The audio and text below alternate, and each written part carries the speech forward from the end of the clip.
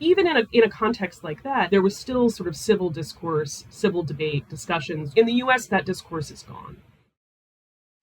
Welcome, everyone. Thank you for being here at the Life Research Institute, an institute that promotes healthy living and healthy aging across the lifespan. Today, we are honored to have with us Dr. Angel Foster. Dr. Foster is a full professor at the Faculty of Health Sciences at the University of Ottawa. She is also the holder of the Endowed Chair in Women's Health Research. She held this chair from 2011 to 2016. She earned her PhD in Middle Eastern Studies from the University of Oxford. She's also an MD from Harvard Medical School. She also pursued education in the International Policy Studies from Stanford University. Dr. Foster leads research projects across 22 different countries, focusing on expanding access to emergency contraception, safe abortion services, and improving reproductive health training for healthcare professionals.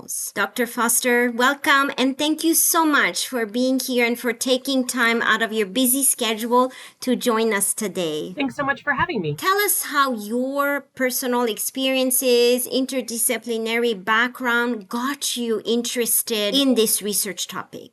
And when I was about 10, my mom explained to me why reproductive health and rights were so important to her. And what she told me was that when she was in college, at the time in the United States, when abortion at the federal level was still illegal, women who got pregnant and wanted an abortion generally went to Mexico. And so my mom tries to get together $300, which was a huge amount of money at the time. She crosses the border into Mexico, and she's robbed at knife point when she gets to the facility where she was going to have the abortion. The whole process of having to cross an international border, the trauma of getting robbed before having a medical procedure really made an impact on her. And when she told me the story, I was 10 and I was like, I want to be an abortion provider. My journey was also very much influenced by refugee experiences. These sort of two things really intersected for me: this desire to work in the Middle East and specifically within refugee settings, and also in sexual and reproductive health, and specifically around abortion. Some countries that seem to be more open to the idea of abortion, others not. And those that are not necessarily countries that we would think wouldn't be open to abortion. What do you think is bringing that dichotomy, and this polarized view? Because in some ways, why aren't we allowing women to have control over their body? Abortion soon became fully integrated into the health system in Tunisia, and it's really one of the leading examples in the world in the primary care system, fully integrated within sexual and reproductive health. There's a robust research program. Tunisia has been on the cutting edge of bringing new technologies and interventions to abortion care. And I don't think that most people think of a country in the Middle East and North Africa as being one of the global leaders in abortion work, right? As opposed to what's happening in the United States right now, which is horrific, particularly pronounced since the decision in 2022, but there's been a lot of restrictions on abortion in the US before then. And so, one of the things as a global abortion researcher that people are often surprised when I share with them is that for me, the most difficult place in the world to do abortion research is in the United States. How do Canadians perceive all that, and what has been their reaction towards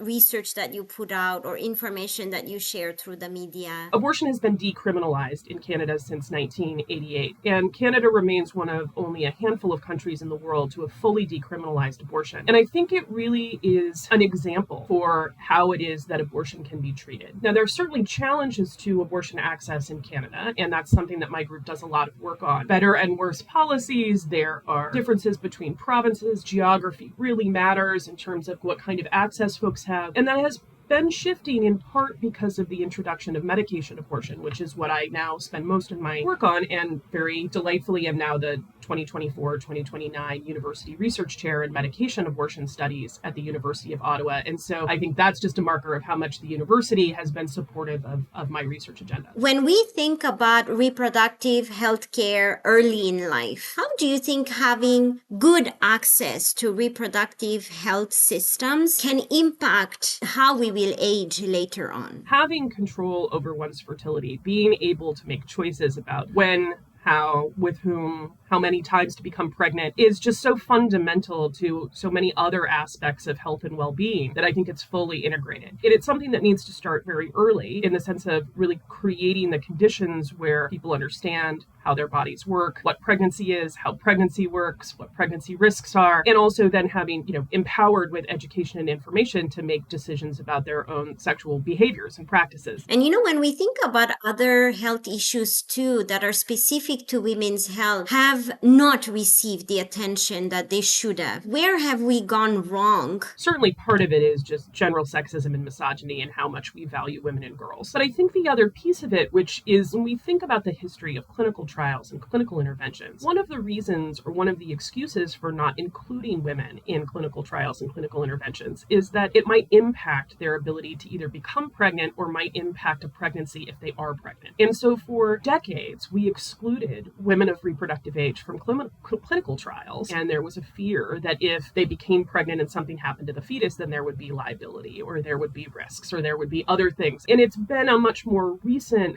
advent, and by that I mean in the last 20 years, that there's been a very big push to have more parity in how it is that we even enroll men and women in clinical trials. Going back now to your research on abortion, how do you integrate that diversity in your research? What I hear all the time when people learn that this is what I do is like, oh, well, you couldn't possibly do this work in country X because it's so sensitive or it's so politicized or so religious that it's challenging. And yet what we know is that abortion is happening everywhere. There are countries around the world where abortion is legal and fully integrated, and those countries are tremendously diverse with respect to region, language, culture, dominant religious base. There is something that's deeply local about the way that abortion can be perceived, and there's something quite universal about it in the sense that it's something that's very common and that women all over the world engage in and need. Even in countries that have very restrictive abortion laws where I've worked. So, for example, in Myanmar, abortion was not only illegal, but it was criminal for both providers and women, which is actually quite rare. Even in a context like that, there was still sort of civil discourse, civil debate, discussions. In the US, that discourse is gone. That is where I think you see a real difference. Thank you so much, Dr. Foster, for sharing your knowledge, your expertise on this universal topic that connects us all and touches us globally. Friends, thank you so much for joining us today. If you liked this capsule, please don't hesitate to subscribe and share within your networks. And we hope to see you again for our next capsule. Thank you. Thanks so much.